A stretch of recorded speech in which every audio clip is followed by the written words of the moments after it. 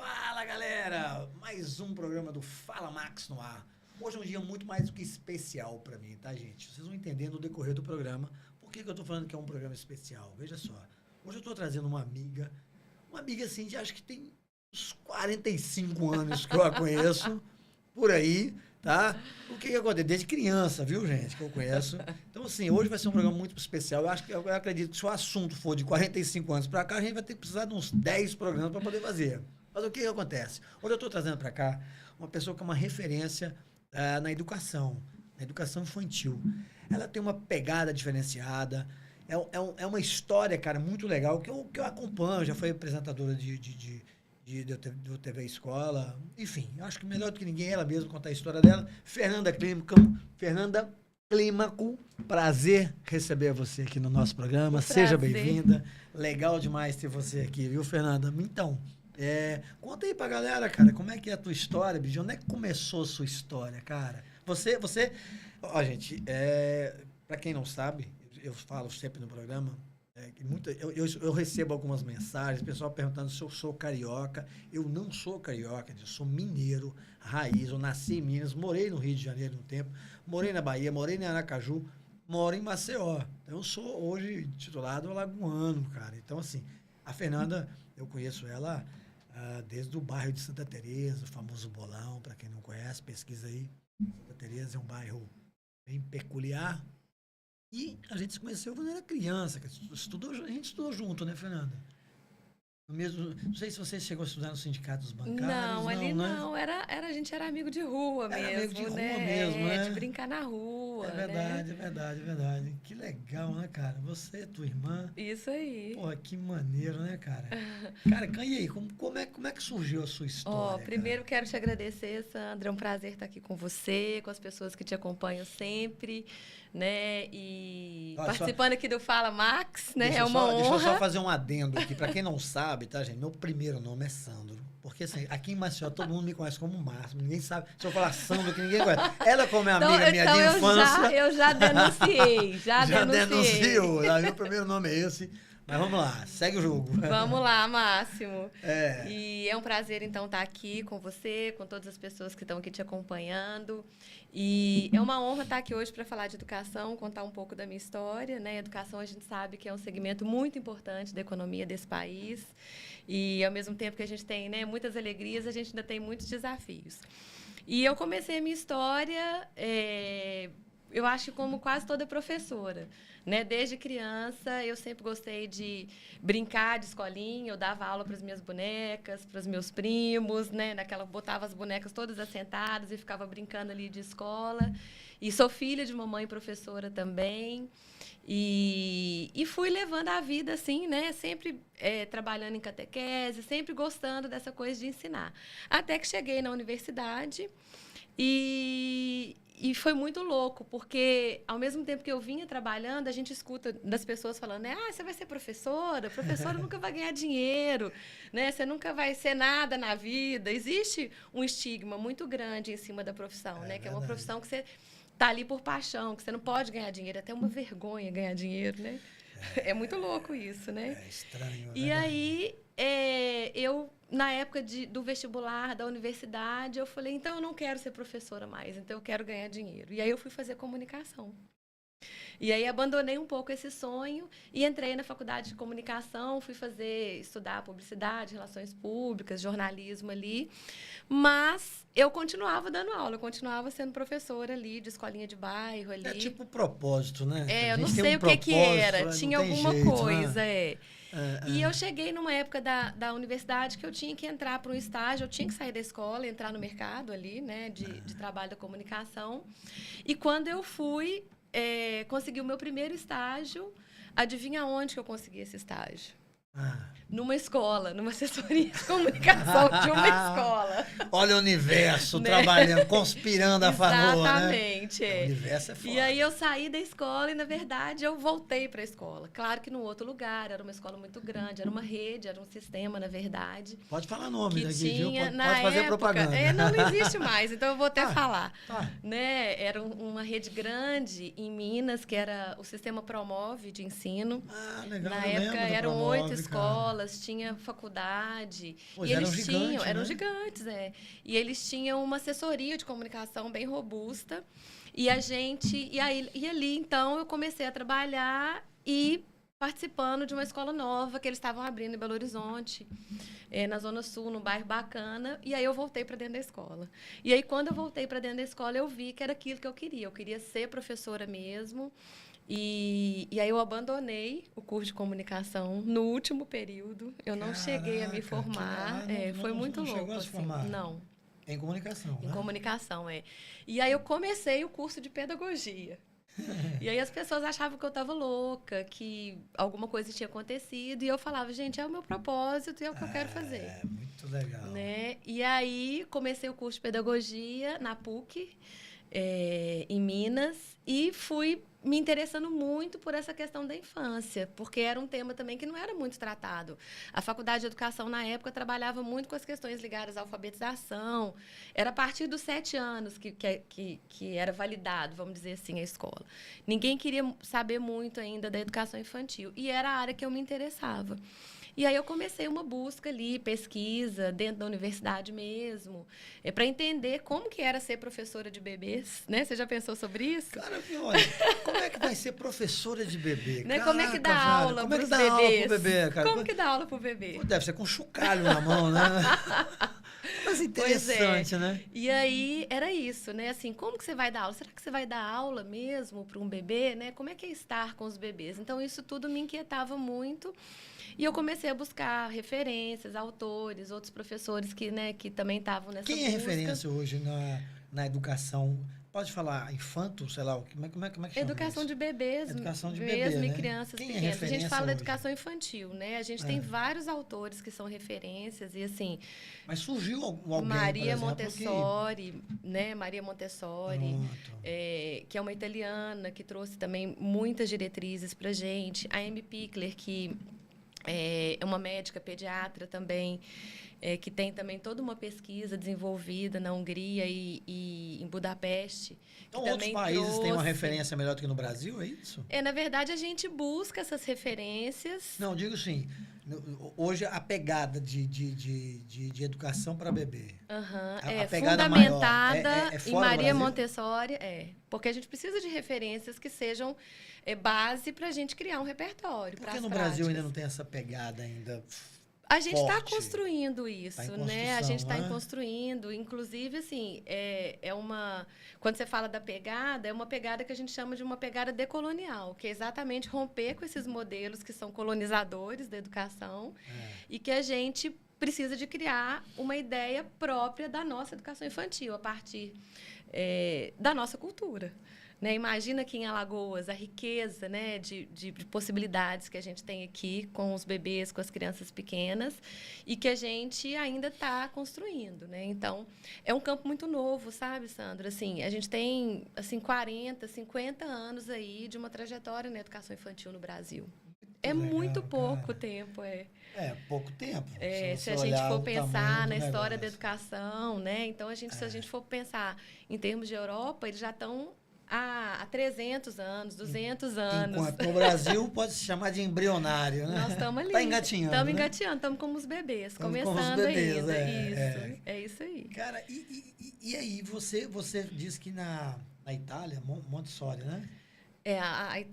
A Montessori, ela foi uma pesquisadora italiana, né? Então, ela era uma médica Itália também. É referência hoje. Qual é a cidade lá da Itália? Hoje, na Itália, a gente tem o norte da Itália como um local de referência, de grande referência, né, na educação infantil, e principalmente na cidade de Reggio Emília, que é uma cidade hoje que desenvolve as melhores políticas, né, as políticas de qualidade para a primeiríssima infância. Então, quando a gente pensa na educação infantil de qualidade, a gente pensa em Reggio Emília como uma grande referência.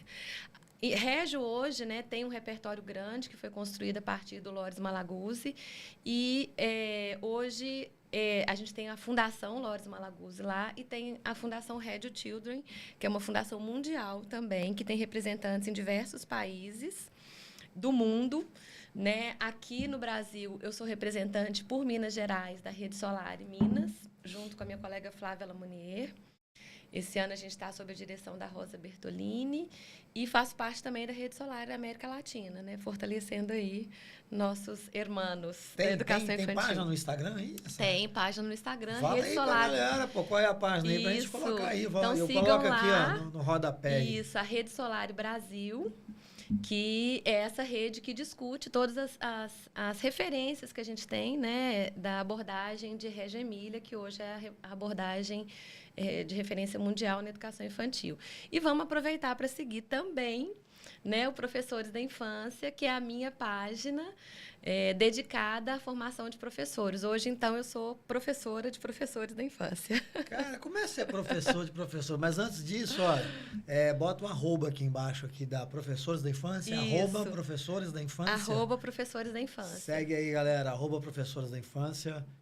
E Fernanda Clínico. Qual é o teu Instagram, Fernanda? É esse, Fernanda. Não, eu digo o seu particular, você tem Fernanda Clínica? Não, não, é o meu profissional. Ah, legal. Você tem só o Instagram que você usa para as duas situações, exatamente. Né? O meu Instagram, @Professores da Infância, o profissional, onde vocês podem acompanhar minhas andanças e ali também algumas dicas, né, para os professores da infância. E eu tenho um site, que é o fernandaclimaco.com.br, onde eu vou publicando os artigos, que aí vão ajudando aí as professoras e as coordenadoras também nas formações, nas escolas, nas redes. Legal, legal. Qual é a dificuldade que você encontra? Qual é a barreira que você encontra para o crescimento da educação no Brasil, cara, num contexto geral? Porque, veja, o que eu fico vendo nas escolas é que, por exemplo, por que não tem educação financeira obrigatória nas escolas? Porque alguns países têm educação financeira. No Brasil não tem. Não é uma regra geral. Por exemplo, escola pública ou escola particular. Por que não tem assim, ó, tem que ter educação financeira? Ou sei lá, outros tipos de matérias obrigatórias.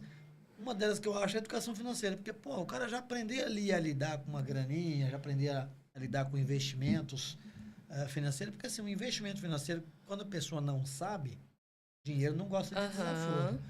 Se você fizer desaforo com dinheiro, ele vai sumir, vai escoar para lá fora. Então, você tem que ter uma base de educação financeira. Por que não tem nas escolas? Conta pra gente. Eu acredito que não tenha por questões mesmo de organização de currículo, porque a gente tem programas de ordem nacional, né? A gente tem documentos nacionais que orientam as escolas. É claro que a gente tem também uma liberdade, uma autonomia de ir criando essas disciplinas. Então, a gente pode... A gente pode inserir, né, essas novas áreas do conhecimento, essas novas disciplinas e ir trazendo essas inovações para o currículo da escola, né, que eu acho que são super necessárias. Então, isso mostra um pouco daquela primeira pergunta que você me fez, né, quais são os desafios. Um desafio é esse, é pensar no que é importante para um adolescente, para uma criança, aprender na escola. Qual que é a função da escola? Né? É claro, se a gente for pensar na educação de bebês e crianças bem pequenas, a educação financeira não faz muito sentido. Né? Mas a criança ela não está sozinha na escola, ela está com a família. Então, a gente pode pensar numa escola de pais também, como que a gente organiza essa família, como que a gente estrutura financeiramente essa família para uma vida, né, escolar do filho, por exemplo, né? E depois, quando essa criança estiver lá no ensino fundamental e tiver já outros conteúdos, com certeza. Trabalhar essas questões que envolvem empreendedorismo, eu acho, né? Educação financeira, eu acho que é muito importante. Fernanda, você tem uma palestra hoje, né? Para dar numa... Tenho amanhã, de manhã. Isso é amanhã, né?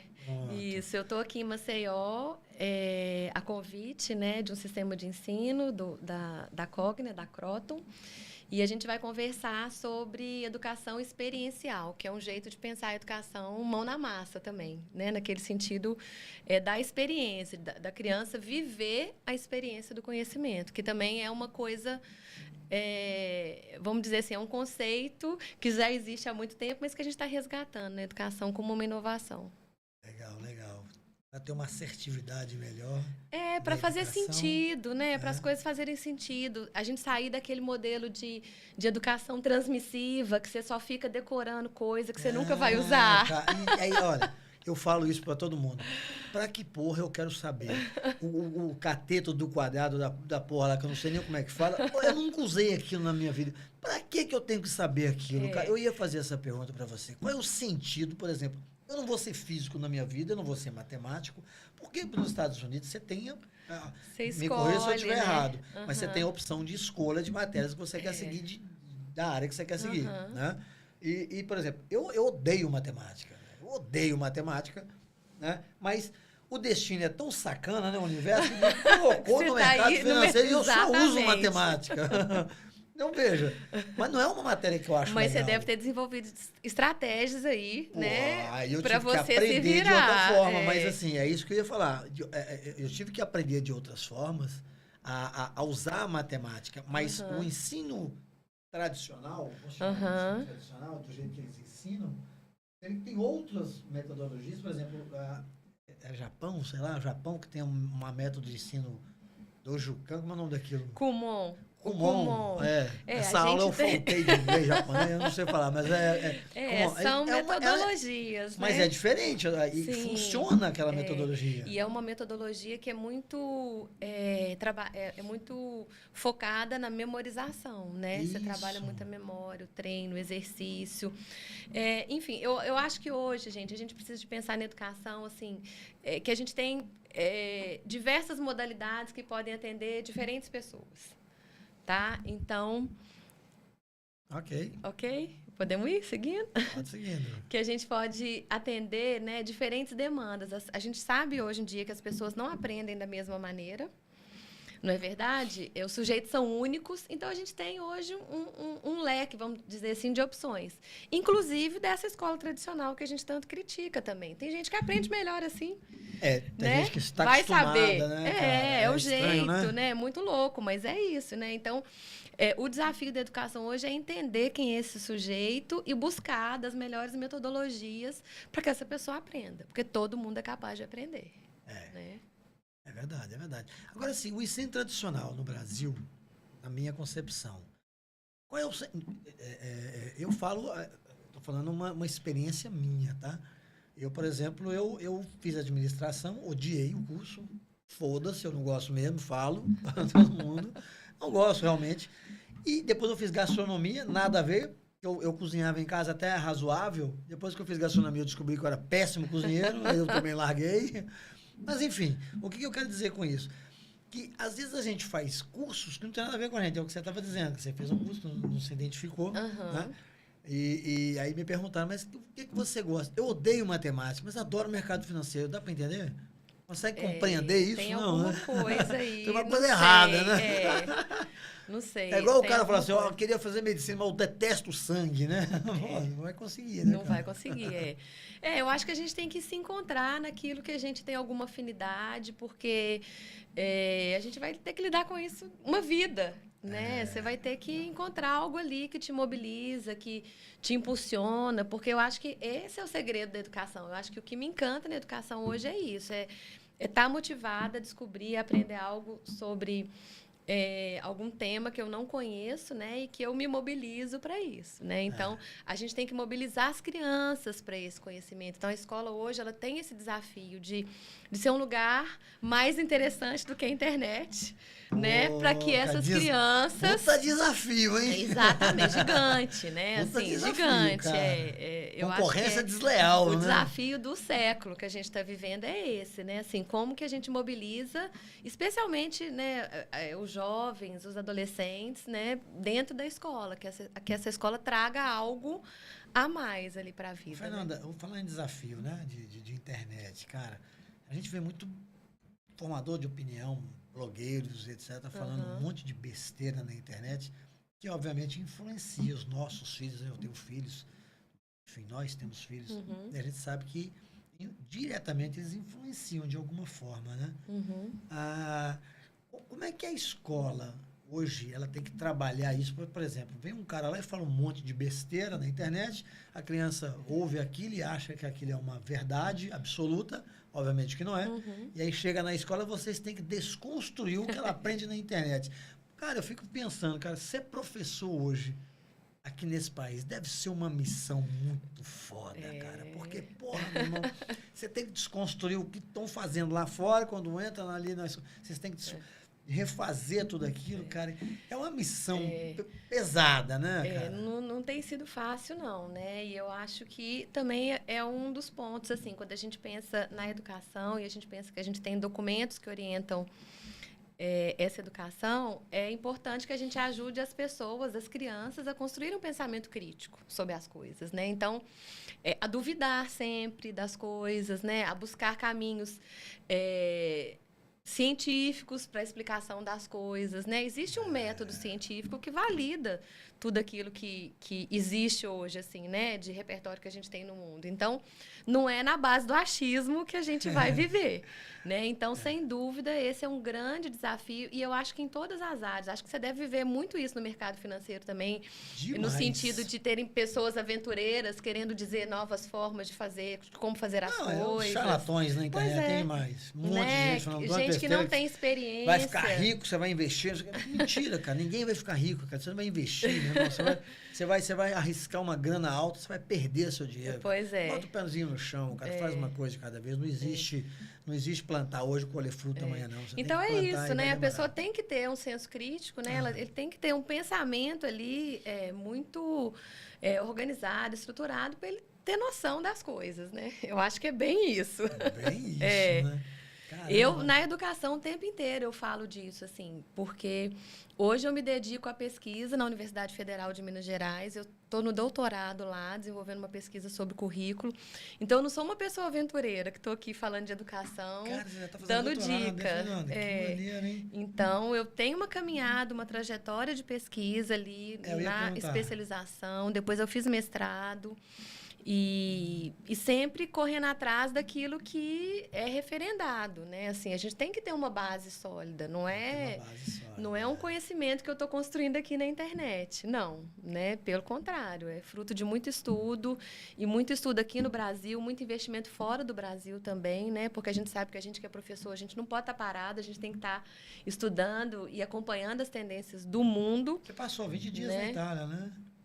Agora em fevereiro de 2024, eu estive lá em Reggio Emília, acompanhando o grupo de estudos da América Latina, com um grupo também de professores e profissionais da América Latina. Caraca, e nós ficamos lá 20 dias, né, na Fundação Lourdes Malaguzzi. Comendo macarrão. Isso. Comendo muito bem. Isso. E depois dessa experiência, agora em julho, eu estive na Colômbia também, conhecendo um pouco das práticas da América Latina. Estive lá em 4 escolas. Depois, quem quiser acompanhar, tá lá no perfil, para conhecer também, para a gente sair desse eixo também só europeu, né? E como eu falei, olhar aqui... Mas a América do Sul também tem muita bagagem legal, muita coisa bacana acontecendo. Tem muita coisa boa acontecendo no mundo, né? O Uruguai tem uma metodologia de ensino. Putz, cara, eu vi na internet isso. Falando sobre alguma coisa do Uruguai, que eles têm uma escola diferenciada lá, que desde pequeno eles colocam os molequinhos lá para já aprender como ser um CEO, um C-level de uma empresa. É uma coisa assim. É aquilo que eu te falei, são as metodologias que hoje a gente tem autonomia para colocar no currículo, né? Então tem muita coisa bacana acontecendo. Você acha que isso funciona? Você pegar um menino e já botar ele, tipo, você vai ser agora diretor de uma empresa, um molequinho desse tamanho, cheio de responsabilidade? Eu acho que depende. Você não acha que pesa, não? Não, eu acho que tudo passa pela experiência, é isso que a gente vai falar amanhã aqui em Maceió, né? Da aprendizagem a partir da experiência. Então, a gente vê hoje, por exemplo, os adolescentes vivendo simulações da ONU, por exemplo, né? Em que eles têm as bancadas, em que eles se colocam ali como líderes mundiais para resolverem as questões do mundo. Cara, a fome, economia, pobreza. E vai que um deles tem um insight lá e fala um negócio que o cara fala, porra, esse moleque vai mudar o mundo, não com uma ideia, sei lá, revolucionária. E isso passa pela experiência educativa, né? Passa pela experiência da escola. Então, as escolas que promovem esse tipo de de aprendizagem, com certeza estão despertando melhor ali de cada criança, né? Você sai do livro, né? Porque o livro é aquela armadura que você fica ali só absorvendo o que está ali. E o mundo hoje é muito maior do que um livro, né? Putz, com a internet, então, né? Tem um professor que ele fala, o professor Altino, que ele fala que a aprendizagem da criança não cabe numa folha, né? Numa folha A4. Que bonito. E é exatamente isso, né? Assim, a experiência ela tem que ser vivida em todos os sentidos e não só ali no papel, né? Principalmente com crianças pequenas. Eu acho que isso é fundamental, né? E crianças especiais? Eu tive um podcast aqui há alguns dias, foi, acho que o programa número 6, se eu não me engano, a gente teve o prazer de atender uma pessoa que era autista. Uhum. Foi a Denise Félix. Denise, aquele abraço. O meu amigo Nicolas, que é um empreendedor, cara. Ele vende trufas para ir para Portugal. Ele tá doido para ir para Portugal e ele vende as trufas dele na cidade, vai em todos os lugares, ele mesmo que faz. E a mãe dele é muito legal, porque deixou ele, você vai lá, você vai aprender. Hoje ele aprendeu a fazer as trufazinhas dele, sai vendendo as trufazinhas dele. Eu acho tão legal. Porém, dentro desse cenário, eu perguntei para ele se ele gostava de estudar. Ele falou na mesma hora, não. Mas depois que a gente estava na gravação, eu perguntei para a mãe dele, que eu falei, pô, por que ele não gosta de estudar?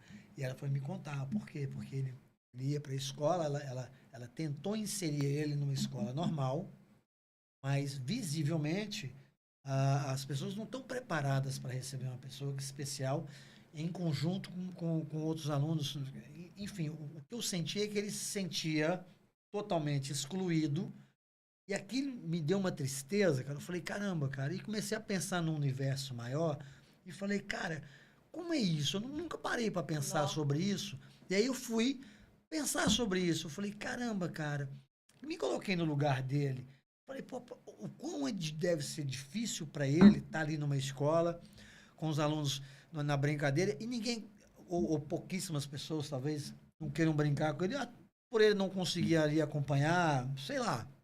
Lógico que ele tem um amiguinho ou outro que sempre tá ali, tem sempre um molequinho bacana, né, para dar aquela força, mas nem sempre vai ter isso. Cara, e como é que vocês fazem para esse tipo de desafio? Vocês não vão colocar uma escola só com pessoas especiais que vocês vão, sei lá, acho que vão limitar. Uhum. Me corrija se eu estiver errado, tá? Não, aqui, você chegou num ponto... Foda, aqui, cara. Que bacana que você trouxe essa reflexão aqui pra gente, porque esse é um dos desafios gigantes que a gente tem também, cara, né? Não é verdade? E muitas pessoas estão passando batido por esse desafio, né? Então, muito bacana você ter trazido isso e ter trazido essa experiência vivenciada aqui no podcast, né? Muito legal. Pô, deu. Porque, assim, é isso, assim, a gente tem uma história de exclusão, né, das crianças com deficiências na escola, que ela é histórica. E então, essas crianças que passaram pela escola, todas elas têm histórias de traumas, né? Muitas vezes, por quê? Os professores não têm ferramentas para acolher essas crianças e as próprias crianças, na relação da escola, também não aprenderam a lidar com a diferença. Exatamente. Porque a escola tradicional, ela não ensina para a diferença. Essa, né? Que é o ponto, ela é cara. excludente. Eles não ensinam, eles são excludentes. Ela é excludente. São automaticamente excludentes. E agora a gente está vivendo aí, né, um movimento muito interessante, que também é um movimento mundial, que essa não é uma questão só aqui de Maceió, só a nível e Brasil, nem só de né? Brasil. É uma questão mundial, né? Lá na Itália, por exemplo, a gente teve um dia inteiro dedicado ao estudo da inclusão na escola. Mas tem algum país que já trabalha isso? Tem vários países com anos-luz à frente do Brasil? Já. Não, assim, há anos-luz não, mas assim, tá todo mundo nessa busca, porque essas pessoas existem, né? Elas precisam ser visibilizadas aí pela sociedade e a gente precisa de criar condições, não só na escola, mas na sociedade, para elas serem integradas, né? Então, é um desafio enorme que a escola tem. Inclusive, eu que estou na formação de professores, essa é uma questão que sempre aparece, né? Ai, como que eu vou lidar com essa criança que é autista? Como que eu vou lidar com essa criança que está dentro de uma outra síndrome? Né? Então, a gente não sabe, a gente não tem ainda uma fórmula, vamos dizer assim, né? Não existe uma receita que faz isso que vai dar certo, né?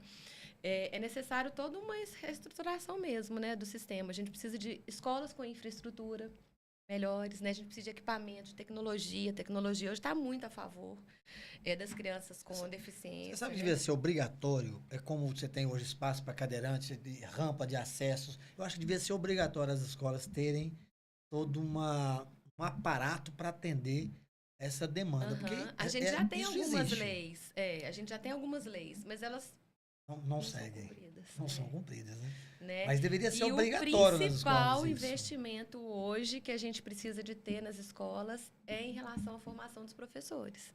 Que é o que você faz, né? E que para mim também é um desafio, né? Eu também você estou dá sempre aula para aprendendo. professor, né? Eu sou professora de professores da infância. Então, que legal, né? Na minha experiência como professora, eu fui professora por mais de 30 anos em sala de aula, sempre do berçário até ali a alfabetização. Ou seja, sua paciência é enorme.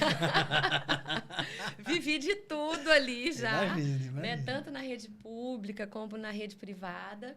E eu vivi experiências formativas que foram muito importantes para mim. Então, hoje, no meu trabalho, eu busco, né, referência das coordenadoras, das amigas professoras que eu tive para ajudar outras professoras, outras escolas que também queiram esse movimento de mudança, de inovação, né, na educação. Uma coisa vai puxando outra, né? Uma coisa vai puxando a outra. Você citou aí rede pública e rede privada. O universo da rede pública e rede privada, cara, me conta aí, é muito diferente. Também. Porque assim, você vê que é igual hospital, né? Imagina, no hospital, você vai para um hospital público, você vai para um hospital privado, você sente uma diferença gigantesca, né? A gente, tudo, eu acho que passa muito por essa questão de investimento, né? A educação hoje, ela é um campo dentro da economia que, quanto maiores os investimentos em educação, a gente vê que existe uma melhoria na qualidade de vida, né? Daquele país, daquela cidade, daquele município. Então, precisa de haver uma predisposição para fazer esses investimentos. Em educação, se a gente quiser uma sociedade melhor, se a gente quiser uma educação pública melhor, né? Se a gente também quiser uma educação privada, então a gente tem que estar ali equacionando, né, esses desafios aí do público e do privado, que eu acho que é uma questão do Brasil, né, assim, de investimentos, né? Porque em outros países, escola pública é bem melhor do que escola privada. A gente durante um tempo, a gente viveu isso aqui no Brasil também, né? Eu estudei em escola pública durante muito tempo, né? Então, você estudou em qual colégio público? Eu estudei no Instituto de Educação. Em Belo Horizonte, que era uma referência, gente. A escola chama Instituto de Educação, formava professores e hoje está lá abandonada. Caindo aos pedaços, cara. Inclusive sofreu um incêndio o ano passado. Caraca! Mas por que está abandonado? Porque é o reflexo de uma cidade. É o reflexo de uma sociedade doente, de né? como que a gente pensa a educação, né? Ou de como que a gente não pensa. Não pensa. Né? Mas eu sou daquelas que acredito, né, no poder da educação e eu vou estar aqui defendendo sempre, né, a educação como um ponto importante, não só na economia de um país, de um município, de uma cidade, mas na formação de uma pessoa, né? É o princípio, é a base, né, de tudo. Eu acho tão bonito, né? Eu fico imaginando assim, você já com a sua bagagem de mais de 30 anos lecionando, você olhar para trás assim, ver um monte de crianças que já estão crescendo e você teve ali uma participação no aprendizado dela, deve ser tão legal, né, cara? Eu fico muito honrada, muito feliz quando eu encontro com ex-alunos, ex-alunas, né, que hoje já são pessoas adultas, com as famílias também. A gente vai deixando marcas, né, na vida dessas pessoas e é muito gratificante. Eu sou muito feliz de ser professora. Legal, legal. A gente tem sempre um propósito na vida, cara. Quando a gente segue o propósito da gente, é tão legal, né, cara? Não é fácil. É aquele negócio, você sair de casa e ir gostando, né? Tipo, putz, que legal, vou dar aula, cara, e sair gostando, né? Igual um amigo meu que ele é médico, ele fala, cara, eu gosto de ser médico. Eu falo, pô, mas você ganha bem? Ele falou, cara, sei lá, eu vou porque eu gosto de ser médico. Uma coisa que ele faz de coração. E você vê que ele realmente é um cara que gosta de ser médico. Tem alguns que estão lá mal-humorados, estão lá por obrigação. Mas, como em toda profissão, como em toda profissão, né? Só piloto de avião que não pode, né? Não pode. O cara tem que gostar e gostar mesmo. E a gente não tem... eu acho que, assim, cada um tem as suas histórias de vida, né? É muito difícil, assim. Mas eu acho que quando a gente se dispõe a trabalhar, ter um trabalho que a gente está ali pelo outro, a gente tem que estar bem, né? A gente tem que estar disposto mesmo e fazer o melhor, né? Sempre, eu acho que é isso. Qual a sua experiência de vida hoje? Você consegue entender se um aluno tem TDAH ou não? Hoje em dia, assim, pela minha experiência, sim. Né? Olha só, essa doença TDAH, por exemplo, eu fui diagnosticado agora como TDAH. Eu não consigo ficar quieto com a mão, não consigo, porque é coisa minha, sei lá. E eu fico pensando o seguinte, antigamente, quando eu era garotão, tal, estudava, não tinha nada disso, cara. Não tinha TDAH, não tinha nada. A gente vivia junto. Outra coisa, tinha gente que tinha sua sexualidade diferente, não tinha nada disso. Hoje em dia, tudo meio que deu uma selecionada. Você já percebeu isso, não?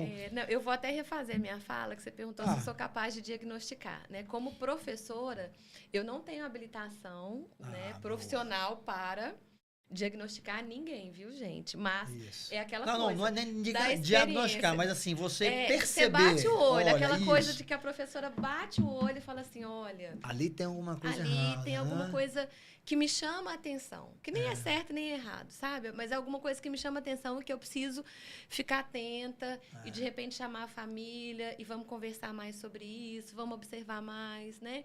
Os psicopatinhos, hoje... tem sempre um menino mais psicopatinho, assim, não tem não? Aí a gente pede ajuda para os universitários, né? Eu tô dizendo isso porque a gente chama a nossa rede de apoio ali. Os psiquiatras, os psicólogos, né? Aquela rede de apoio que vai ajudar a gente na escola, porque o professor também não tem que dar conta de tudo, não. Cara, e essa é uma grande questão. A gente precisa de uma rede de apoio mesmo em torno das crianças e das famílias, porque é muita doideira nesse mundo. Doideira nesse mundo, cara. Mas é um grande desafio hoje. É isso. E aí eu acho que com essa rede de apoio a gente vai se fortalecendo para poder ajudar aquela criança, aquela família e, ao mesmo tempo, aprendendo também a lidar, né, com tanta diversidade que a gente tem no mundo e que a gente tem que acolher. Eu acho que é isso, é não fechar o olho, é não discriminar, é não excluir, porque essa é uma história da educação no Brasil que a gente precisa romper com ela. A história da exclusão. Participação dos pais na educação dos filhos. Cara, a gente vê o seguinte, a gente joga, a gente vai lá para...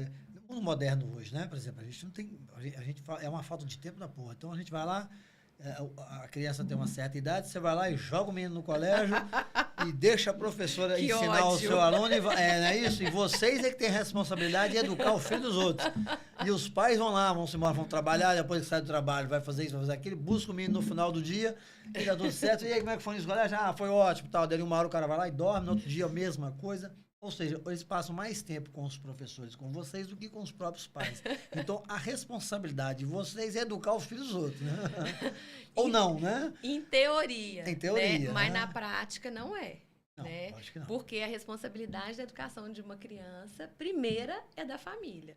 A escola, ela entra como esse segundo elemento, né? Ali, como segundo elemento ali, segunda instituição que vai apoiar essa família. Então, isso que você acabou de falar, eu falei assim, que ódio, porque é o que impera no imaginário coletivo, né? Que eu tô pagando a escola ou que o governo me dá a escola e eu taco o menino lá e vocês é que se virem, né? E hoje a gente já sabe também, as pesquisas indicam que quanto maior a participação da família na vida escolar de uma criança, maiores os índices de sucesso depois na vida profissional dessa criança. Então, se o pai deixa o menino lá e some, desaparece, né?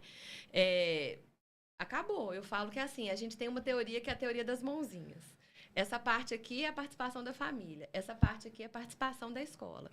Né? Aqui na escola, a gente é obrigado a garantir o nosso serviço. Então, a gente vai garantir os nossos 100%.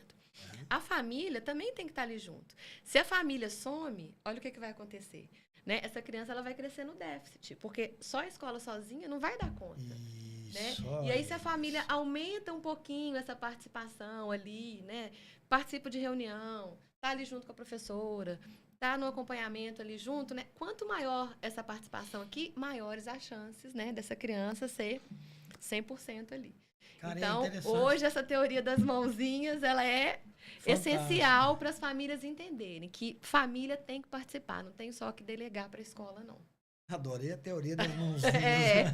Eu falo isso sempre em reunião de pais, porque muito legal, tem que participar, gente, né? Não é brincadeira, não. Educação infantil é coisa séria. Se eu pudesse voltar no tempo, papai, eu ia participar mais, cara. Pois é, tá sempre em tempo, né? Tá sempre em tempo. A gente fala participar da vida escolar, mas depois que acaba a escola, é participar da vida também, porque a vida continua. A vida continua, né? Com certeza. Cara, maravilhoso. Ô, Fernanda, me diga uma coisa. Vocês têm você falou da Cogna, né? Cogna. Isso. É isso? O que é a Cogna? Conta pra gente aqui. A Cogna hoje, ela é... Aqui pode fazer propaganda, viu? Não tem importância. Ela é uma holding, né, de educação. Uma holding de educação? Que ela tem várias empresas, várias instituições educativas espalhadas aí pelo Brasil, incluindo escolas, material didático, universidades. Você faz parte da...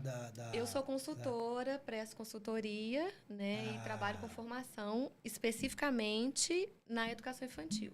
Então, aqui em Maceió, eu estou pela Oficinas do Saber, que é uma oficina de formação, né, para as escolas que utilizam o material do sistema Croton, em suas escolas. O que é o sistema Croton? Vamos traduzindo aí pra gente, porque nem todo mundo sabe o que uma aba dentro do Cogna, né, que também é isso, né, fornece material didático de apoio para as escolas, e esse material ele precisa de uma formação, de uma atualização. Fernanda, vamos mudar aqui de assunto. Não, de assunto não, porque de assunto é educação, mas vamos mudar aqui sobre o tema. Eu estava uma vez em um lugar e estava vendo uma televisão e vi você lá apresentando um programa na TV Escola. Isso. Você já foi apresentadora do TV Escola. Qual era ali o tema? Obviamente, educação, né? Isso. TV Escola. Na TV Escola não poderia ser diferente, mas foi uma fase boa, assim, não muito boa, porque a gente estava na pandemia, mas o bom é porque foi um programa puta desafio. Pelo menos não pegava coisa que você estava na televisão. Era online, né, a TV Escola lá no Rio e eu em BH gravando o programa, e a gente num programa, né, pensando num programa que pudesse apoiar todas as professoras da educação infantil do Brasil. E na época, na verdade, a gente sabe que o acesso à internet ainda era muito limitado, então a TV Escola ela tem uma grande distribuição via parabólica, então a gente fez esse programa de maneira que todas as professoras que tivessem também no interior do Brasil, né, aí a gente fala nos confins, né, dos estados, pudessem ter acesso ali a uma formação de qualidade, sempre com pessoas, né, que são pessoas atuantes na educação infantil do Brasil. Então, eu conversei muito com o Paulo Foque, que hoje é uma referência, a Mônica Correia Batista. Entrevistei várias pessoas importantes, assim, e que ajudaram, né, essas professoras a atravessar um momento tão complicado, especialmente para a gente da educação infantil, na época da pandemia. Que foi uma coisa de EAD forçada, né? Exatamente. E o programa, ele tá disponível ainda, tem alguns episódios no YouTube. Para quem quiser acessar, é o Sala de Professor Infantil. Lá no meu canal do YouTube também, Fernanda Clímaco, tem alguns episódios lá. Continua ativo o seu canal? Continua. O movimento ele pouco, mas esses episódios estão lá gravados. Aí quem quiser assistir, a professora Elvira Souza Lima falando de neurociência, tem muita gente bacana lá, acho que vale a pena. Você falou em neurociência, a gente teve aqui também um psiquiatra, que é o Fred, chamava ele de Freud, mas é o Fred. Era um cara muito legal. Ele citou umas situações de educação e falou alguma coisa também de pandemia. Hoje a gente... O tanto que afetou a pandemia nas pessoas naquela época. E aí surgiu uma site da gente falar sobre EAD. Né? E aí eu questionei. Cara, por que não tem, até por ignorância minha, pode ser, mas por que não tem, por exemplo, no meu ponto de vista, né? Eu acho que o trânsito meio-dia e 7 horas da manhã só é um trânsito, porque você veja, quando é feriado escolar, não tem trânsito. A cidade fica ótima. A cidade fica ótima. Ou seja, por que não pode ter EAD? Aí ele me respondeu, a interação dos alunos com o outro. Você imagina se todo mundo fosse EAD, você ia transformar uma galera, teu prédio ia virar um inferno, ia virar um caos total na cidade, porque a interação dos alunos no colégio, no convívio social, né? Acho que no âmbito social. Mas e se não tivesse isso? Se fosse uma eterna pandemia, todo mundo tivesse que viver AD, ia ser estranho, né? O mundo. Nossa, eu acho que a gente ia criar um bando de gente muito doida. Muito doida, nesse planeta, porque a escola, ela é, a princípio, um espaço de relações. É ali na escola que você vai viver as suas primeiras brigas, os primeiros desafetos, os primeiros amores. Você vive... Tem que ter, né? Pra aprender, né? Tem que ter ali. E eu falo que é desde bebês. Então, lá no berçário já acontece conflito, né? Quando um toma o brinquedo do outro, puxa o cabelo do outro. A gente tem muitos casos que, às vezes, as famílias ficam super assustadas que as crianças de 1 ano... às vezes resolvem os problemas mordendo, por exemplo. Aí o menino vai embora para casa com uma mordida, a mãe fica brava. Já é uma linguagem corporal, já estão falando ali, né? E ali já está resolvendo os primeiros conflitos, porque na vida ele tem que aprender que não é mordendo que ele vai resolver um problema dele, que ele precisa conversar, né? Então, a escola é importante por conta das relações, e ele, sabiamente, né, falou disso com bastante propriedade, porque é isso, assim, a pandemia virou, né, o formato de escola. E interessante que, junto com esse programa da TV Escola, na época da pandemia, eu apresentei também um outro programa na Rede Vida, que ele ainda está também no ar. Eu ia falar sobre isso, o programa na Rede Vida. O programa na Rede Vida, que foi muito bacana, que aí era um programa que ajudava as crianças e os professores na fase da alfabetização. Porque imagina aprender a ler e escrever online. Uma loucura, caraca, né?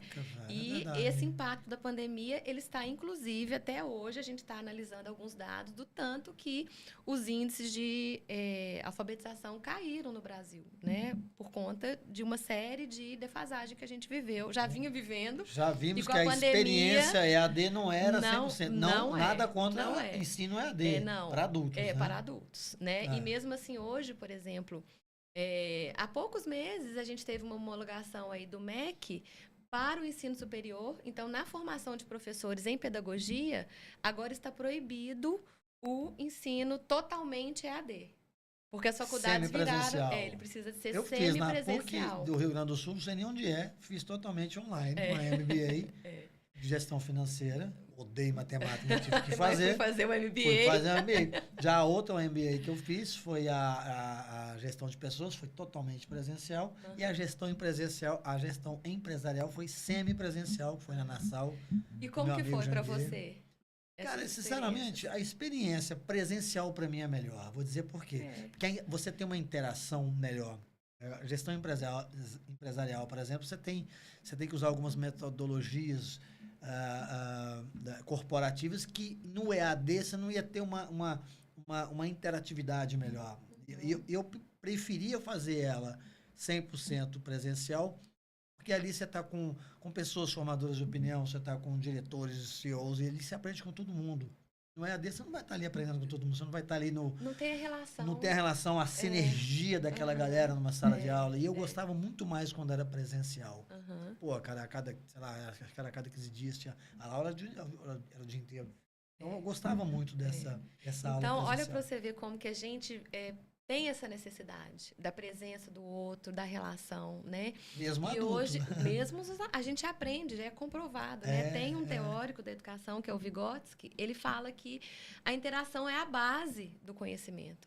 Se a gente não tem esse momento aqui de olho no olho, de toque, de conversa, né? A gente... tem um outro tipo de relação com o conhecimento. É igual podcast. Já me convidaram, por exemplo, alguns convidados meus falavam, cara, vamos fazer online, vamos fazer. Eu falei, cara, não funciona. E não funciona mesmo. Porque assim, eu já fiz reuniões várias, faço quase todos os dias reuniões online. O tipo de negócio que eu tenho da minha empresa e com algumas outras construtoras. Por exemplo, eu faço negócio com a Six Construtoras, que é uma construtora fantástica, ela tem diversos negócios aqui, mas assim, sempre que eu vou conversar com algum investidor, que eu vou trazer investidores para operações imobiliárias deles, que são gigantescos, os caras têm obra para todo lado, hoje no estado de Alagoas. Estão indo até para fora do estado já. Os caras estão crescendo muito. Então, às vezes, eu tenho que fazer isso. Reuniões online com alguns investidores, fazer chamada de capital, etc. e tal. Mas, assim, nem sempre... a gente tem a opção de fazer presencial, porque o cara está do outro lado do mundo, às vezes está em outro país. Sim. Então, é necessário. Mas para o podcast não funciona fazer uma entrevista. Só online. Só online. Porque, por exemplo, tem gente gigante aí que a gente está com agenda, só aguardando a agenda, mas, pô, tem gente aí, cara, maravilhosa. Já falou, cara, vamos fazer online. E eu acho que eu vou abrir mão uma hora, eu vou fazer online, eu vou ficar aqui no estúdio, vou ver como é que eu faço, porque...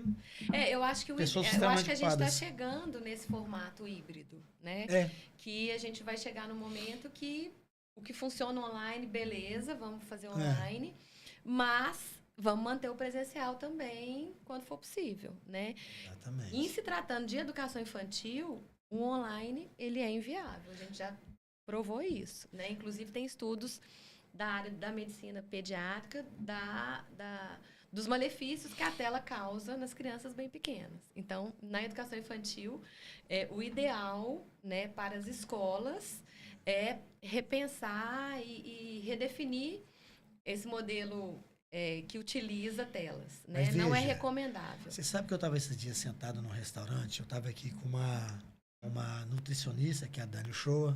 Dani, prazer.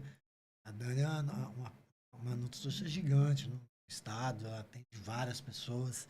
E eu acho legal que a Dani, a gente estava conversando no podcast e a gente fez uma observação muito legal. Por quê?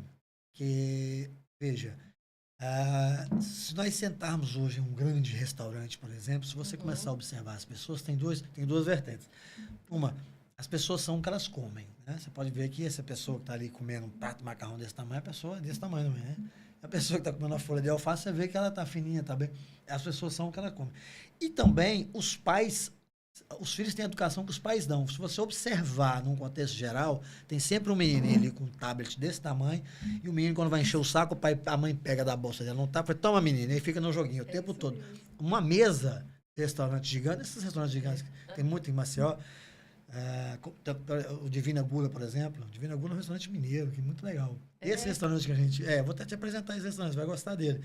E aí, quando você está nesse restaurante, que é gigantesco, você já tem todo tipo de família ali, e você vê que tem uma classe melhor, o restaurante, atende uma classe B+, A, e aí você vê que todo mundo tem um tablet na mão. Ou seja, os pais chegam ali para...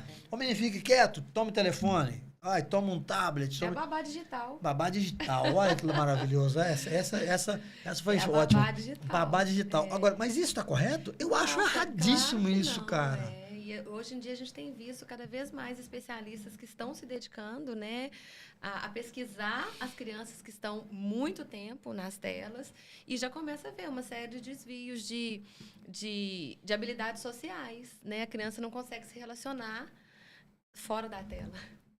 Isso para a vida é algo que, nossa, muito danoso. E o menino chora. A chupeta, né? A chupeta virtual do menino é o tablet. O menino chorou, mãe. Toma o celular. Tem um caso, Max, assim, que eu fiquei muito impactada com ele. Foi logo depois da pandemia. Eu fui atender uma creche em Belo Horizonte, uma formação de professoras. E aí uma professora, né, levantou a mão e ela falou, Fernanda, você está falando aí dos cuidados, do momento de sono, de alimentação. Eu estou muito nervosa porque eu estou vivendo uma situação que eu não estou conseguindo fazer um bebê dormir. E eu falei, mas o que deu um tablet aí, né? O que está acontecendo? Deu um computador, né, para ele. Porque normalmente, quando você tem o horário do sono, os bebês dormem com tranquilidade, porque eles já brincaram, eles estão com o corpo cansado e eles vão relaxar. O que acontecia com esse bebê que a professora relatou? A mãe, todos os dias, na hora de dormir, disponibilizava o celular para essa criança vício dormir tecnológico. Com o celular.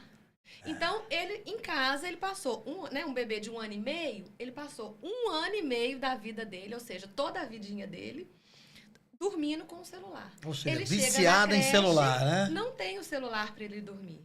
Só dorme se der um tapinha no celular. Não consegue dormir. Isso foi muito grave. Gravíssimo. E aí, o que a criança via? A criança via a professora pegando o celular e ligando uma música e colocando o celular no alto da prateleira. E aquilo gerava uma ansiedade enorme no bebê, porque ele queria aquele telefone. Né? Só que um bebê, ele não fala, né? Ele não vai pedir o celular, né? Na verdade, então, ele fala, chorava, né? Corporalmente ele fala, né? Exatamente, né? O modo dele falar tem que entender a linguagem usando dele. o corpo e o choro. E ele não parava de chorar a ponto da educadora ter que tirar o bebê de dentro da sala para não acordar os outros bebês, acalmá-lo e voltar. E aí, a gente depois foi traçando uma ação junto à família, para a família desmamar o celular da noite em casa e substituindo por um livro e deixando a criança, criando um ritual para o sono dessa criança. Ou seja, um bebê já viciado numa tela. Ou seja, então isso é muito grave. Daqui um tempo vai ter uma clínica especializada em tirar vícios de criança. Nisso, porque mas isso é uma realidade, cara, que a gente está dizendo. Eu fico vendo, às vezes, alguns programas na China, né? Na Ásia, onde o acesso é muito fácil, né? Todo mundo tem um celular, todo mundo tem um tablet. Não, e tudo é touch, né? Você chega lá, para você pedir alguma coisa, é touch, tudo é touch, né? Então, as crianças lá já estão vivendo. Né, assim, e hoje existe também um movimento muito grande, né, que começou na Europa e que está chegando aqui também nos países da América, né, de maneira geral, de proibir o uso de celular nas escolas. Tá com frio? Um pouco.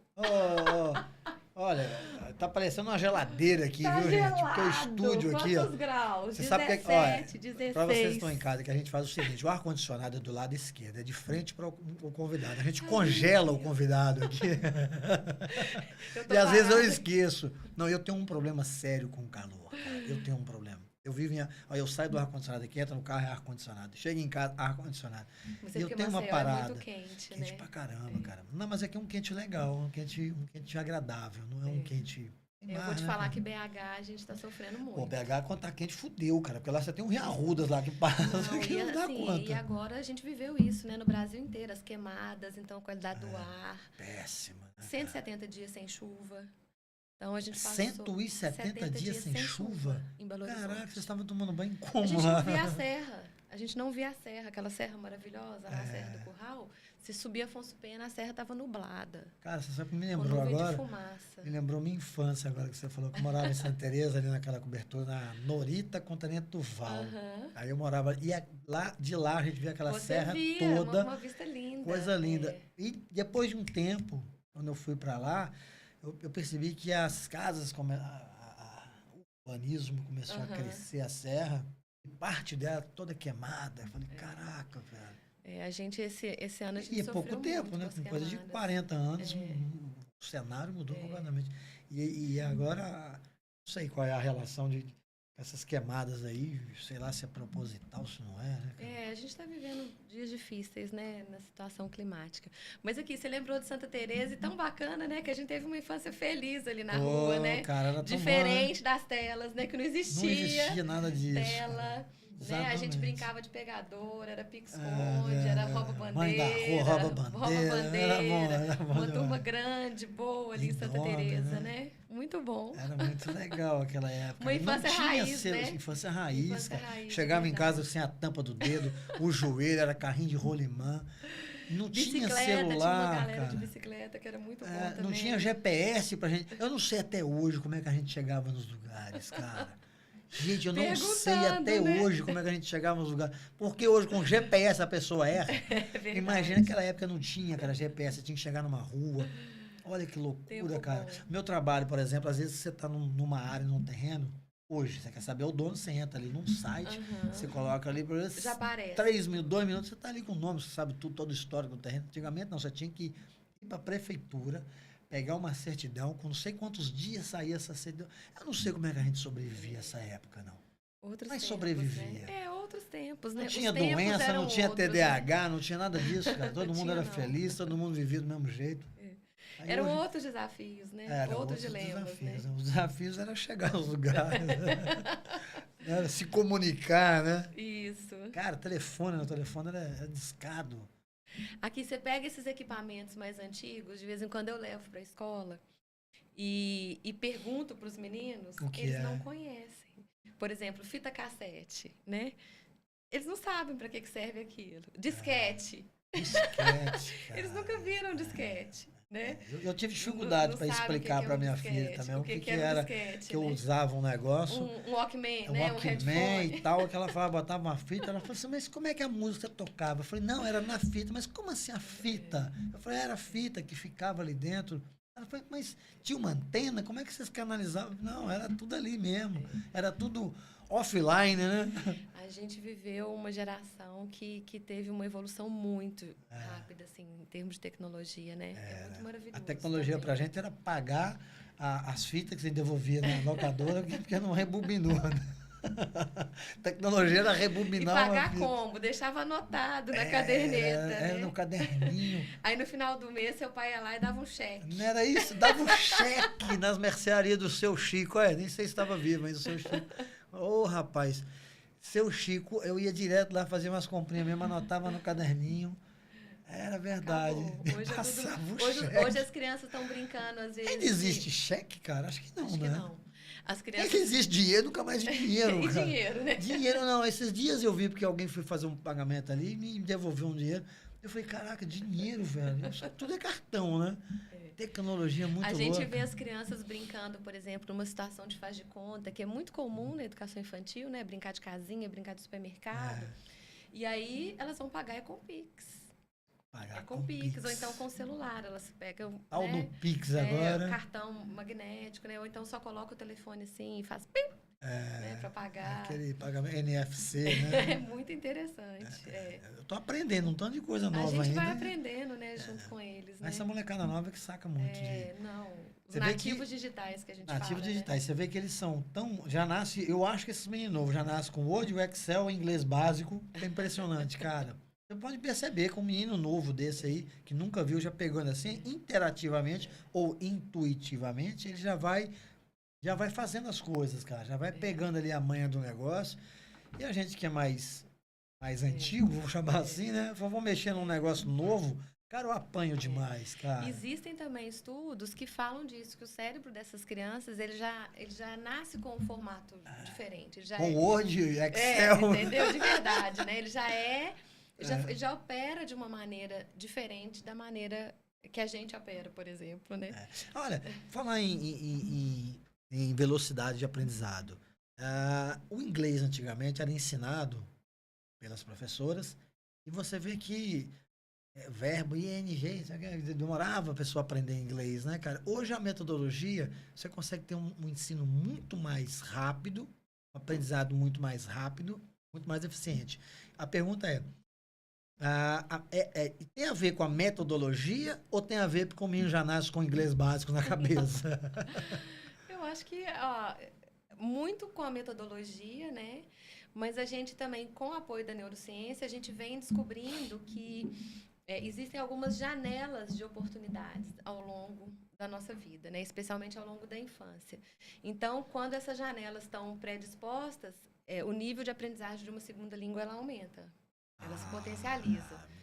Né? Então, isso é uma coisa que é fato.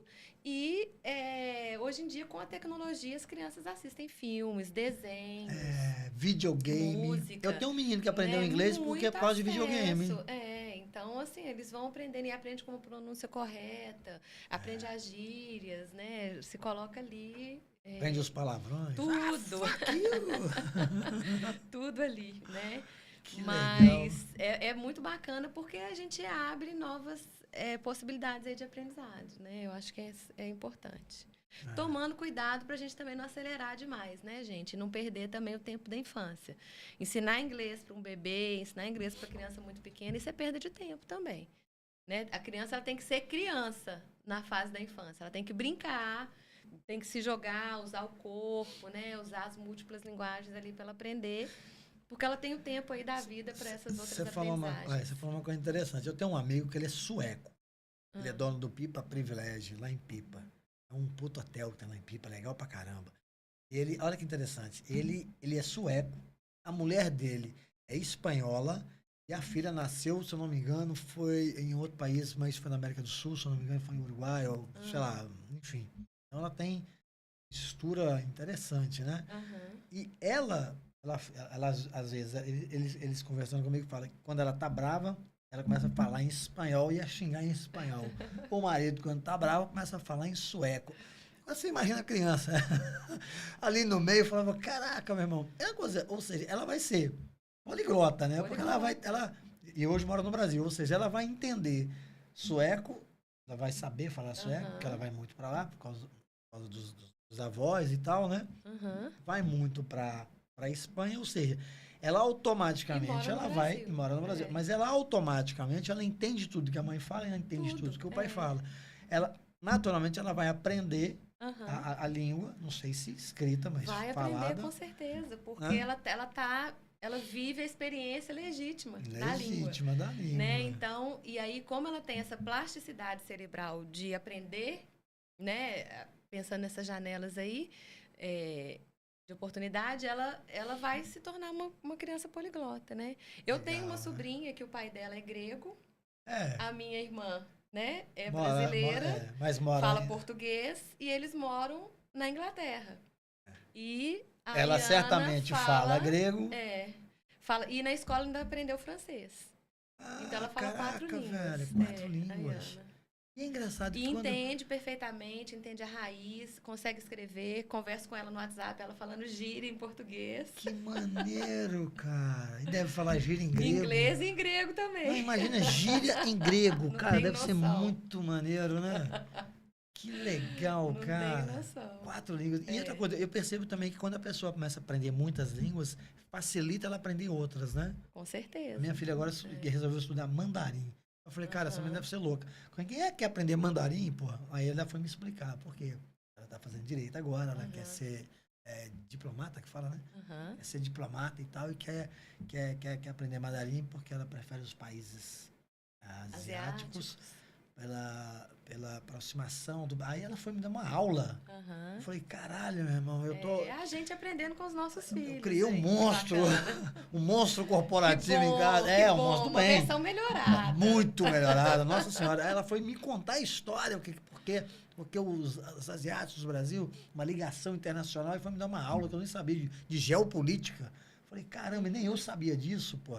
Ou seja, ela já é uma diplomata, já com 19, 18 anos que ela tem. Bacana demais, é isso aí, né? É o poder da educação, é isso aí. É o poder da educação, para você ver como tudo da base da vida da pessoa é a educação, tá ligado, né? Tá tudo ligado. E se a gente for pensar em todas as áreas da sociedade, né? Como eu falei, a economia tá ligada à educação, a administração tá ligada à educação, o direito tá tudo ali ligado, né? Então, a gente precisa cuidar, né, desse aspecto aí da sociedade e trazer mais investimentos sempre, né?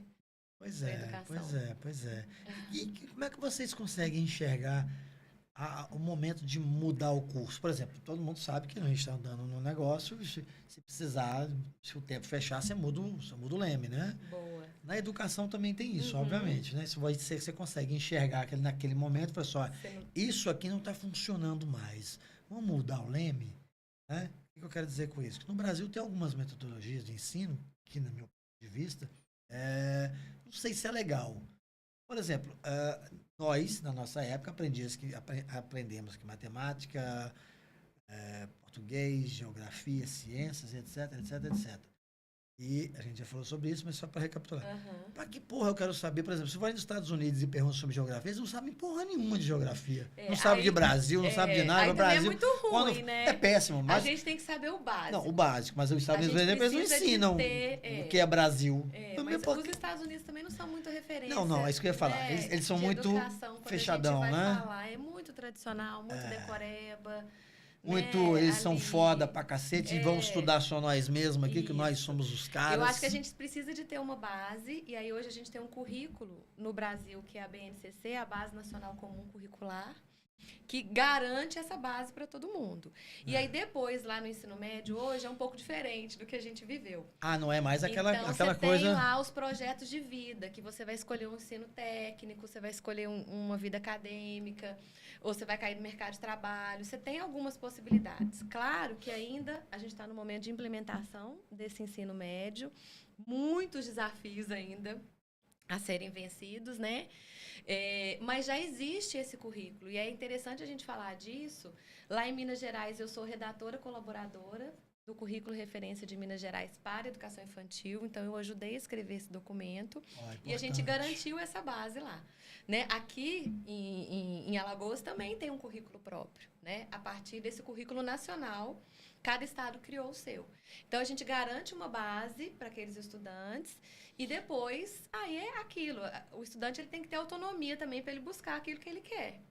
Né? Se eu tenho mais habilidades na área de exatas, eu vou para a área de exatas. Se eu não detesto e estou afim de para a área de humanas, eu estou lá na área de humanas. Então, é ter essas possibilidades, né? Ter o acesso, um acesso de qualidade. Né? Engraçado, que antigamente a turma do fundão era sempre a turma do, vocês não querem nada com a vida, mas você sabia que saía muita galera, a galera do fundão é uma galera que tem mais criatividade. A partir de que momento que a educação começou a enxergar diferente essa galera do fundão? Eu tô falando da galera do fundão, mas eu já fui da galera do fundão. Eu também fui da galera do fundão, pô. O que quer dizer com isso? Que muitas dessas pessoas que eu vi que era a galera do fundão hoje são empresários, são pessoas criativas, outros viraram, sei lá, artistas, outros viraram...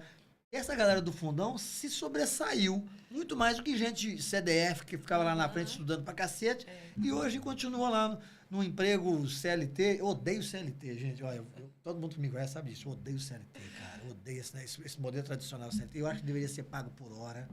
A pessoa ser produtiva. Esse modelo CLT pra mim é arcaico. Eu odeio ele, mas... Não é o caso aqui. Eu acho que tudo tem o lado, os prós e os contras. Aí o cara vai do saláriozinho dele, todo final do mês, fica naquele limitado aquilo. O cara não, o cara que ganha de comissionamento e produz muito mais. Né? Por produção e vê que se eu trabalhar mais, eu ganho mais, o cara trabalha mais, ganha mais e, enfim. E o que eu quero dizer com isso? Que a galera do fundão era a galera da criatividade, mas muitos dos professores antigamente via que era gente... Eles são tudo maloqueiros, não querem nada com a vida. Às vezes a gente escutava isso do professor. Tinha muito esse que preconceito. A turma do fundão, tanto que é pejorativo. Pejorativo. Mas eu acho que é isso mesmo. Assim, a gente vai criando mecanismos para a gente dar conta daquela escola que é chata. Né, daquele conteúdo que a gente não suporta. Nossa. E aí a gente vai desenvolvendo ferramentas intelectuais para a gente dar conta de um outro jeito. E a gente acaba se sobressaindo de alguma forma, né? Fernanda, tem muito aquela coisa de professor, lembra? Naquela época, eu não sei hoje se é assim, tá? E naquela época tinha muito de professores que a gente tinha medo dele. Tinha um professor que a gente falava, nossa, que era autoritário, que era o professor autoritário. Tinha outros que a gente não tinha muito respeito, não que o cara não se dava respeito, a gente também não tinha. A figura do professor, aproveitar que a gente está nesse mês de outubro, né? Hoje eu tô aqui, a gente está aqui conversando no meio da semana dos professores, né? Verdade, hoje é dia cara, 17 de outubro. 17, né? Dia 15 foi o dia. 18 de outubro. Tá, o pessoal da produção aqui atrás. Dia 18 de outubro, dia 15 de outubro foi o dia dos professores, né? O Dia Nacional dos Professores aqui no Brasil. Então, parabéns a todos os professores. A todos os professores e professoras. Vocês que nos aguentaram por muitos anos, a nós aqui. Isso mesmo. Tinha o professor Milton de matemática. Sobrevivemos, viu? Mas a gente tem esses perfis, assim, né? Tem aquele professor que a gente tinha medo, professor muito rígido, chato. Tinha um professor amigo, tem aquele brother, amigo, aquele que a gente colava e ele fingia que não via. Né? Eu acho que isso tudo isso tudo faz parte de ser professor. Eu acho que é maravilhoso, assim. Né? E isso é legal também, porque a gente vai passar a vida encontrando esses diferentes sujeitos, esses diferentes professores. Aquele professor que você odeia, né? Que você tem que estar ali cumprindo, porque ele... Senão você vai tomar um pau, você vai repetir de ano, ou sei lá o que vai acontecer. Perfis sempre tem uma punição, né, na escola. E tem aquele mais acolhedor. Então, isso tudo é muito formativo na escola, né? E é legal não ter um perfil. Não ser sempre aquele cara que tem, né, o correto, o acolhedor, o gentil, né? Então, é legal a gente ir vivendo, né? Eu acho que cabe à diretora ter esse discernimento de não botar todo mundo com o mesmo perfil, não é verdade? Fala, cara, chega ali muito quietinha, ela falou, vou contratar esse. Chega outro, ela vai contratar esse maluco. Bota porque mesmo que a escola, né, tenha um padrão, que a rede tenha um padrão ali de contratação, as pessoas são diferentes. Né? Então, assim, por isso que a escola é um espaço de relações mesmo, né? Que você vai construindo ali no dia a dia. Muito maravilhoso. Cara, muito legal. A educação é um tema muito complexo. Eu falo de complexidade porque a gente vive num mundo com uma velocidade de mudança, cara, em todos todos os temas gigantesca, né? O mundo fluido, né? Do Bauman, e a cada vez mais a velocidade de transformação vem acontecendo. Surgem novas metodologias, surgem novas tecnologias, e isso vai agregando, obviamente, ou não, né? Dependendo do... mas eu acho que impacta muito a vida da gente, né? A gente pode fingir que a gente não está ali percebendo, mas a gente vai ser impactado por isso tudo, né? De alguma forma. Né? Então, a gente tem que estar aberto a aprender sempre e a não ter medo de aprender, né? Hoje, eu acho que o que a educação me ensinou é isso, é que a gente nunca está pronto, que a gente não sabe de tudo, que a gente sempre tem algo novo, né, a aprender e a crescer com isso. E isso é a maravilha de ser humano, eu acho, de ser humano, né? É poder estar sempre se renovando, né? Não estar sempre do mesmo jeito. Legal. Fernanda, quais são os seus projetos daqui para 10 anos? Eu pergunto para todo mundo que vem aqui, quais são os projetos de vida para daqui a 10 anos? Por que eu pergunto isso? Porque, às vezes, na minha vida, eu não tinha muitos projetos. Eu era meio... Deixa a vida me levar. Isso aí, obviamente, há 15, 20 anos atrás. Hoje, obviamente, eu trabalho com um propósito, com foco, eu sei onde eu quero chegar, eu sei o que eu quero fazer. Né? A partir do momento que a gente tem um foco e um propósito na vida, a vida da gente dá um up completamente. Então, por isso, todo mundo que vem aqui, eu pergunto, qual o seu propósito para daqui a 10 anos? Onde é que você se vê daqui a 10 anos? Bom, daqui a 10 anos. Eu perguntei isso para um amigo. Eu faço isso para todo mundo. Eu perguntei isso para um amigo aqui e ele falou que daqui a 10 anos ele falou assim: numa praia de bermuda sem fazer porra nenhuma.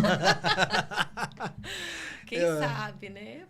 Eu não consigo me enxergar desse jeito. Você acredita? Mas daqui a 10 anos, não, porque olha, o ano que vem eu defendo meu doutorado, então eu vou virar uma doutora em educação e eu quero continuar, né, produzindo currículos, produzindo documentos. Então, eu me vejo daqui a 10 anos como uma pesquisadora, uma transformadora na área da educação, porque seu currículo é fantástico. Pode ser isso, sim. Né? Eu quero continuar trabalhando e contribuindo, né, para a melhoria da educação, especialmente da educação infantil nesse país, ajudando os professores, ajudando as escolas, especialmente as crianças. Você já parou para pensar que daqui a uns anos o seu nome vai estar escrito na história? Porque, querendo ou não, você participou de muita coisa. Você teve, por exemplo, você participou lá em BH, de assinaturas de currículos, né? etc e tal. Então, daqui a uns anos você sabe que você vai ficar na história. Querendo ou não, o seu nome vai estar na história. Fernanda Clímaco.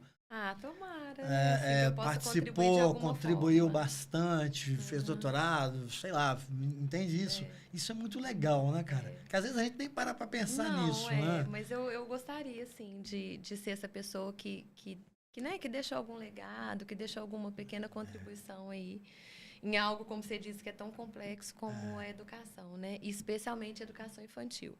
Eu tenho uma amiga que ela tá fazendo eu perguntei qual era o propósito dela. Ela falou, meu propósito é comprar como é que chama aqueles carros? Defender. Comprar uma Defender, mas na África. Ela quer ir para a África, ela quer ajudar as crianças e tal. Eu falei, mas seu trabalho é gratificante, você está ganhando uma grana legal, você vai fazer o que daqui a uns anos? Ela falou assim, cara, eu vou pegar minha grana todinha que eu juntei, vou morar na África, vou fazer uma ONG, ou sei lá, um instituto e vou ajudar. Eu achei tão legal, cara, o propósito. E o propósito dela é esse mesmo. Ela que bacana. Assim, hoje ela lê historinha para criança de rua. Ela passa, vê a criança de rua, ela pega um livrinho e começa a ler para as crianças de rua. Você tem que ver que legal. As crianças começam a regalar os olhos, assim, sabe? Não, as crianças de rua, às vezes, não tem acesso. Não tem acesso. E ela vai ali uma historinha, você vê que eles ficam prestando atenção, bota assim. E aí, tia, o que acontece depois? Quando ela para, eu falo, cara, que maneiro, velho. A gente nasceu para aquilo, né? E acho que essa pergunta sua foi importante, porque às vezes a gente não para pensar realmente como que eu me vejo daqui a 10 anos, né? É uma projeção. Todo mundo assusta com essa pergunta. Eu gostei de pensar, agora já até pensei em outras coisas. Todo mundo para pensar, cara. Todo mundo começa a pensar, que eu quero fazer, tá aí. Que eu desejo. A gente é movido a sonhos, né? A gente é movido a sonhos, isso né? É importante. E a nossa agenda... Bom, obrigada. Você já percebeu? Não é isso? Todo mundo faz isso. Você sabe que quando a gente tem uma agenda, a gente sempre está programando a semana, né? Eu vou programar a minha semana. Aí no domingo, pelo menos eu faço isso. Eu paro no domingo, vou programar a minha semana. Eu falei, por que não vamos programar os meus anos? daqui a 10 anos, como é que eu tô? Daqui a 5 anos, daqui a 3 anos. O que eu quero da vida? O que eu tô fazendo aqui? Qual o propósito da minha vida? Qual o propósito da gente no mundo, cara? Não é possível que a gente veio aqui para fazer o quê? Porra nenhuma. Pra fazer nada. Pra fazer nada, para incomodar os outros, para casar, ter filhos, escrever um livro, plantar uma árvore. Ah, acabou, é o ciclo da vida? Não é, velho, de jeito nenhum, cara. Falar em livro, tá escrevendo algum livro? Eu já publiquei 2 capítulos em livro, eu não tenho um livro próprio meu legal. Ainda, não tive essa vontade não, sabe? Mas, inclusive agora, no final do ano, ontem eu tive a notícia de um colega pesquisador da PUC de Minas, que o nosso capítulo foi aprovado, vai ser publicado, então assim que for publicado, uma temática super bacana sobre o currículo e as referências que foram utilizadas na pandemia para educação infantil, eu coloco lá no Instagram e aí todo mundo vai ter acesso também. Cara, que legal. Eu percebo que a PUC é transformadora, cara. Saiu muita gente legal. Os filhos da PUC, né? Filhos da PUC são bons, cara. Os filhos da PUC são bons. São bons. Tem uma amiga nossa em comum, que eu gosto muito, né? Cadê ela, cara? Patrícia. Pati Lisboa. Pati Lisboa. Cara, ela é sensacional. Patrícia Oliveira. Pati Lisboa. Eu gosto muito dela, cara. Ela é uma pessoa fantástica. Qualquer hora ela tá aqui conversando com você. Eu tô querendo. Eu convidei ela esses dias. Ela passou agora. Ela passou agora esses dias próximo daqui. Acho que foi Milagres, se eu não me engano. Milagres, inclusive, é uma cidade fantástica. Milagres. Não, acho que ela foi para João Pessoa. Desculpa, foi João Pessoa. Milagre foi da Pessoa. Não, foi para João Pessoa, que é aqui do lado. João Pessoa, aqui do lado, 4 horas. De casamento. Foi, beijo exatamente. Pra Patrícia e pro Lino. Grande Lino. Grande Pati Lisboa, seja bem-vinda, tá? Eu convidei ela esses dias, cara. Tava em João Pessoa, mas tava longe, 4 horas daqui, eu acho, 4 horas daqui. Mas qualquer hora ela tá aí, tá também viaja o Brasil. Ela tem uma história fantástica, sim, né, sim, cara? Com certeza. Ela tem uma história muito legal. E ela é professora também, você sabe, né? Sei. Professora, comunicadora, empresária. Isso mesmo. Num tanto de área. Ela é bem desenrolada. E tem visto? Sempre. Sempre. Né? Que pergunta idiota minha, né? Sempre. Temos, inclusive, uma viagem marcada de amigas agora, no final do mês. Caraca, que maneiro. Só as meninas. Só as meninas. Aí, Clésio. O Clésio é o marido da Fernanda, para quem não sabe. Meu amigão. Conheço o Clésio há muito, uns 45 anos, uns 40 anos, Caraca, você fica denunciando a nossa idade, né? Pô. Eu te conheci no berçário, entendeu? No berçário, era meu colega na creche.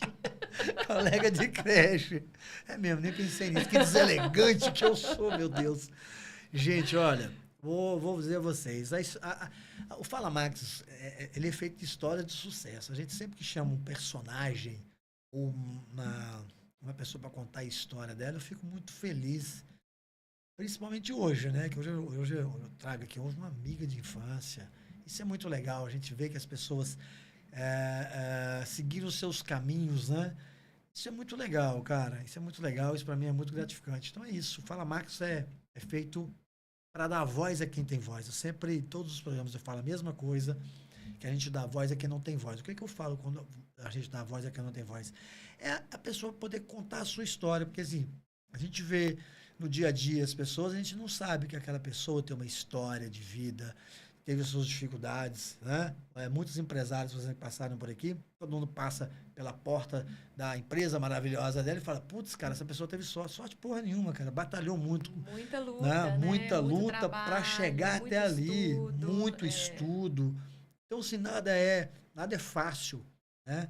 E sucesso é dor. A gente tem que ter. Nada vem de graça, não existe almoço grátis. Então, é isso que eu falo.